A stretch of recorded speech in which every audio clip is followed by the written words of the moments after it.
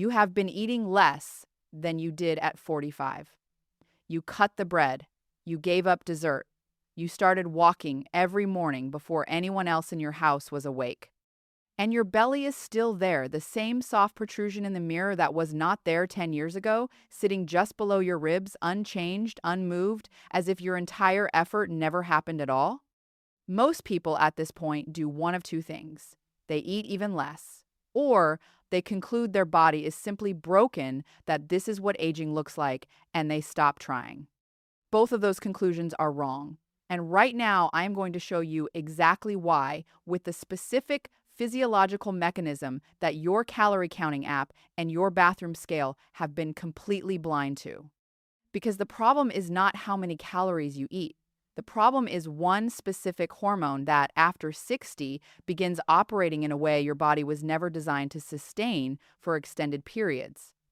And until you understand what that hormone is doing and precisely why it is doing it, you will keep cutting food and getting nowhere. If you have not subscribed yet, hit subscribe right now. That is the only way this kind of information keeps reaching the people who need it most.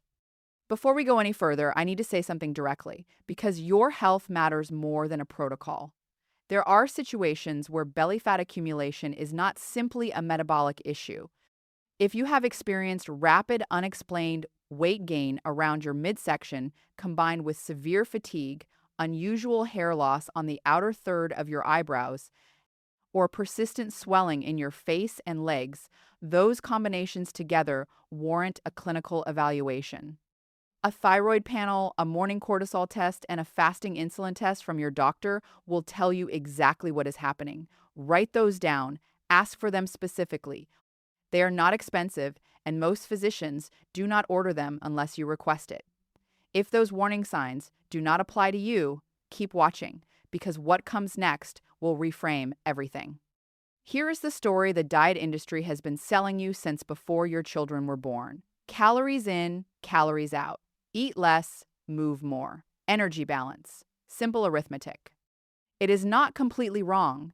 Eat dramatically less for long enough, and yes, something will change. But for a person over 60, that model is catastrophically incomplete because it treats your body like a calculator. And your body at 60 is not a calculator. It is a hormonal environment, and the rules of that environment override the arithmetic every single time. Here is what the calorie model cannot explain. Why does the belly fat stay specifically while other areas shift? Why does the person who eats the same as their neighbor, sleeps the same, walks the same amount, carry 10 more pounds concentrated entirely in one place around the midsection? The answer is not in the food. The answer is in the hormones. And the hormone at the center of this is one you already know by name. You have heard it called the stress hormone. But what you have not been told is what it is doing to your belly fat at the cellular level, and why, after 60, the system breaks down in one very specific and very correctable way. The hormone is cortisol. Your adrenal glands, two small triangular structures sitting directly on top of your kidneys, produce cortisol in response to stress. Any stress, a conflict, a disrupted night, hunger, pain, a bill that arrived on a bad day. Worry about someone you love.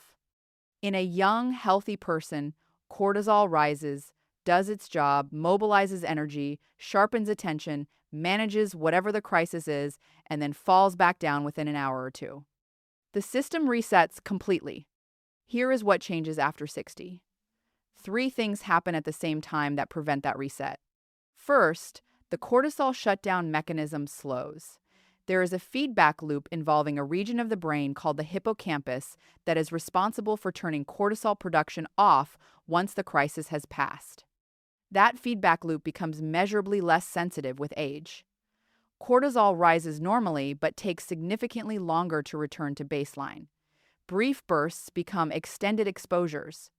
Second, sleep deteriorates. Most adults over 60 experience real changes in sleep architecture: less deep, slow-wave sleep, more fragmented nights, earlier morning waking. Every night of disrupted sleep is a physiological stressor, and every stressor triggers cortisol. You go to bed with it elevated from the day and wake up with it elevated from the night. The system never fully resets because the reset requires deep sleep to complete. Third, low-grade systemic inflammation rises. Research consistently shows that baseline inflammation increases measurably after 60, driven by shifts in sex hormones, reduced physical activity, changes in the gut microbiome, and the accumulated effects of decades. Chronic inflammation is itself a cortisol trigger. The body reads it as a sustained, unresolved threat and keeps the cortisol tap partially open. The result is not a spike, it is a flood, a slow, continuous background elevation that was never supposed to be there, not dramatic enough to cause obvious symptoms, persistent enough to lock the biology in one direction. Now, here is where the belly comes directly into the picture. Not all fat tissue is the same. Subcutaneous fat, the fat directly under your skin that you can physically pinch, behaves one way. Visceral fat, the fat that wraps around your internal organs deep inside the abdominal cavity, is something entirely different. It is not a passive storage depot, it is a metabolically active endocrine organ. It produces hormones, it releases inflammatory signals, and most critically for this discussion, it has a very specific receptor profile. Visceral fat cells carry approximately 4 times as many cortisol receptors as fat cells anywhere else in the body. Think of your body as a building and cortisol as a delivery truck making rounds. Every delivery goes to the address with the most dock doors. That address is the deep belly.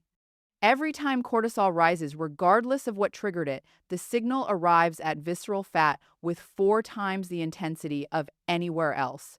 The cells hear it louder, they respond faster, they store more aggressively. This was not a design flaw in ancient environments. Belly fat close to the vital organs was the safest and most accessible energy reserve for prolonged survival crises. Cortisol was meant to say, long-term shortage, store here, protect the core. The problem is that your body cannot distinguish between a famine and 3 consecutive nights of poor sleep. Between a physical threat and 2 years of managing a difficult situation at home, the biochemical signal is identical. Cortisol rises, visceral fat listens, it stores. And here is the locked vault piece. Cortisol does not only drive storage into visceral fat, it actively blocks fat release from it. When cortisol is chronically elevated, it suppresses the enzyme activity responsible for breaking down visceral fat for use as energy. The vault locks from the inside. You can walk 5 miles and eat 1,400 calories, and the visceral fat remains sealed while the body finds other fuel, often muscle tissue, instead. You are not failing to lose belly fat because of willpower. You are using a calorie key on a hormonal lock. The key does not fit. The mechanism deepens because cortisol does not work alone. When cortisol is chronically elevated, it signals the liver to release glucose into the bloodstream, preparing the body for a crisis that requires fast energy. Blood sugar rises. The pancreas responds with insulin. Blood sugar comes back down, but the insulin is still circulating. Repeat this pattern over months and years, and something fundamental shifts in the cells. They begin to stop responding to insulin's signal as readily. The receptor doors stop opening as efficiently. This is insulin resistance, and clinical evidence suggests it affects a substantial proportion of adults over 60, most of them with no diagnosis and no obvious symptoms, because early insulin resistance produces nothing you can feel clearly. Here is what insulin resistance means for your belly specifically. Insulin is a storage hormone. When insulin is elevated and cells are resistant to it, the command to store fat becomes louder and the command to release fat becomes quieter. The visceral fat cells already primed by cortisol receive a doubled instruction: hold everything, release nothing. Then the loop closes on itself.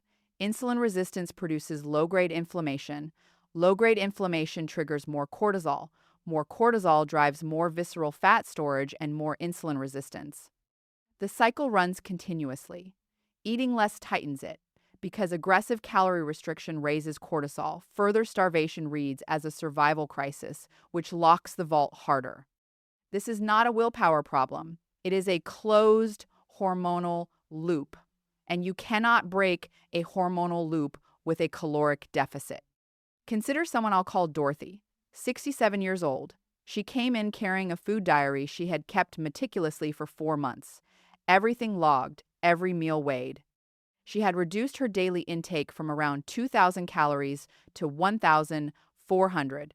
She had added a 4-5 minute walk every morning, something she had never done consistently before. In 4 months, she had lost approximately 2 pounds, both of them, she said with dry humor, from her face. Her belly was unchanged. She had already tested her thyroid twice. Both times she was told it was normal. She assumed this was simply menopause catching up with her, a permanent consequence she had no choice but to accept. I stopped asking about the food diary after the first few minutes. I started asking about her life. How was her sleep? She woke up most nights around 3 a.m. and lay awake for at least an hour. Had been doing this for years without connecting it to anything physical. Was she under sustained stress? Her husband had been managing a serious illness for 2 years. She was coordinating his care, running the household, and working part-time. Stress, she said, was simply the weather at this point. It was just always there. I ordered 2 specific tests, a morning cortisol level and a fasting insulin, 2 tests. Not routinely ordered at standard appointments because there is no protocol that requires them and there is no billing incentive attached to prevention. Her morning cortisol was elevated not at the level that suggests a gland disorder, but chronically, persistently above normal baseline. Her fasting insulin was nearly 3 times what it should be for someone of her weight and activity level. Classic early-stage insulin resistance. The hormonal loop was running at full speed. No one had looked for it. No one had ordered those 2 numbers. She had not been eating too much. Her body had been locked in a hormonal state where the vault stayed sealed, regardless of what she put in front of it. 4 months of calorie restriction had accomplished nothing because the lock had never been addressed. 2 self-tests you can do now, before your next doctor's appointment. First, request a fasting insulin test specifically. Not fasting glucose that catches diabetes after years of established damage. Fasting insulin catches the early dysfunction before the glucose numbers have shifted. Normal fasting insulin is between 2 and 5 microunits per milliliter. Between 6 and 10 signals early resistance. Above 10 is significant and actionable. Write those words down. Fasting insulin. Say them to your doctor. Second, you can do this tonight. 2 hours after dinner, sit quietly and place one hand flat on your belly just above the navel. Notice whether there is still a sensation of warmth, fullness, or mild bloating from the meal. Now notice how long that persists. If it is still clearly present at the 2.5 to 3 hour mark, your gut is signaling slow gastric emptying, a documented consequence of chronic cortisol disruption that compounds the insulin problem. It is not a numbered result. It is a pattern. Notice it consistently over a week. 3 things in your daily routine are feeding the cortisol-insulin loop right now. The first is waking in the night and immediately reaching for your phone. When you wake between 2 and 4 a.m. and cannot return to sleep, cortisol has spiked. It is the biological mechanism keeping you alert during what the body perceives as an unsafe waking period. Looking at a screen in that moment extends the cortisol elevation by keeping the sympathetic nervous system activated. If you cannot sleep, lie still in the dark. Do not reach for the phone. Let the cortisol curve fall naturally. The second is eating carbohydrates alone at breakfast. Toast, juice, cereal, oatmeal, without anything added. These produce a rapid blood sugar rise and a disproportionate insulin spike in a person with early insulin resistance. By mid-morning, blood sugar is falling sharply, cortisol rises to compensate, and the hormonal cycle begins before the morning is over. The fix is not eliminating carbohydrates, it is sequencing. Fat and protein first, carbohydrates alongside or after. That one change blunts the insulin response measurably. The third is sitting for more than 90 minutes without interruption. Skeletal muscle is the body's primary site of glucose uptake. When muscle is inactive for extended periods, its capacity to absorb blood sugar drops significantly. Insulin has to work harder to achieve the same effect. Repeat this across a full day, and the compounding effect on insulin resistance is substantial. You do not need a gym. You need 2 minutes of movement every 90 minutes. Stand, walk to another room. Walk back. That is the entire intervention. A quiet alarm on your phone handles the reminder. Here is the complete protocol, one sequence. Every step has a physiological reason. Morning, within the first hour of waking, 10 minutes of natural outdoor light through your eyes. No sunglasses, not a long walk, just standing outside facing the open sky. Morning light exposure resets your cortisol curve, anchoring the natural peak to the appropriate early morning window and helping it fall more steeply through the day. This is not optional softness. It is circadian biology. Breakfast, fat and protein before carbohydrates. 2 eggs with butter. Full-fat plain yogurt with raw walnuts. Smoked salmon on cucumber. Any configuration that puts fat and protein into your stomach before carbohydrates arrive. The fat and protein slow gastric emptying and blunt the subsequent glucose rise by 30 to 40%. Before each meal, particularly lunch and dinner, 2 minutes of slow breathing. Inhale for 4 counts, hold briefly for 2, exhale fully for 6, 4 cycles. This activates the vagus nerve directly, which drops circulating cortisol within minutes. Eating in a lower cortisol state produces a measurably better insulin response to that exact meal. Every 90 minutes of sitting, 2 minutes of walking, set an alarm. This is the single most powerful daytime tool for insulin sensitivity available without a prescription. Evening, 90 minutes before bed, remove screens. Blue light from screens suppresses melatonin production. Low melatonin is directly associated with elevated nighttime cortisol. Your cortisol is supposed to reach its lowest point of the entire 2-4-hour cycle between midnight and 4 a.m. Screen light delays and disrupts that descent. 90 minutes of screen-free evening is a cortisol management decision. Before sleep, 1 tablespoon of raw apple cider vinegar in a small glass of water. The acetic acid in it slows starch breakdown in the gut and has been shown in clinical research to reduce fasting blood glucose by a meaningful amount in people with early insulin resistance. 1 tablespoon. Not a treatment, a tool that costs almost nothing. Then, 10 minutes of progressive muscle relaxation. Starting at the feet, tense each muscle group for 5 seconds, then release completely. Work slowly upward through the calves, thighs, abdomen, chest, shoulders, hands. The cortisol shutdown at night requires a physical signal of safety to the nervous system. Muscle tension followed by full release is that signal. The body stops scanning for threat when the muscles go voluntarily slack. 5 steps for tonight specifically. Step 1. Remove screens 60 minutes before you go to bed tonight. Not 90 if that feels like too much to begin. 1 hour. Start with that. Step 2. Tomorrow morning, go outside within the first hour of waking. 10 minutes. No sunglasses, just stand in the light. Step 3. Add breakfast tomorrow. Eat something with fat and protein before you touch anything with carbohydrates in it. Step 4. Set an alarm on your phone right now for every 90 minutes during the day. When it goes off, stand up and move for 2 minutes. Step 5. At your next medical appointment, say these 2 words: fasting insulin. Ask for the number, know the number. How old are you? Write it in the comments right now. I am not asking out of curiosity. The protocol I just described shifts in specific ways depending on whether you are 58 or 74. The degree of insulin resistance, the pattern of cortisol dysregulation, the sleep architecture, all of it changes. Your age shapes which parts of this need the most emphasis. Tell me. Dorothy was 4 weeks into the morning light exposure and the meal sequencing when the first change came, not the belly that came later. The first thing that shifted was waking at 3 a.m. It happened less. Then not at all most nights. Then she noticed the flat, heavy feeling that used to greet her every morning was lifting. At 6 weeks, her waistband was measurably looser. Nothing dramatic had changed in what she ate. The hormonal loop had been interrupted at the input points, one by one until the vault opened. Your body is not broken. It is responding rationally to a hormonal environment that has drifted out of its intended parameters. Address the environment. The belly follows. If what you heard tonight changed how you understand your own body, share it with someone who has been blaming themselves for a belly they cannot shift no matter what they try.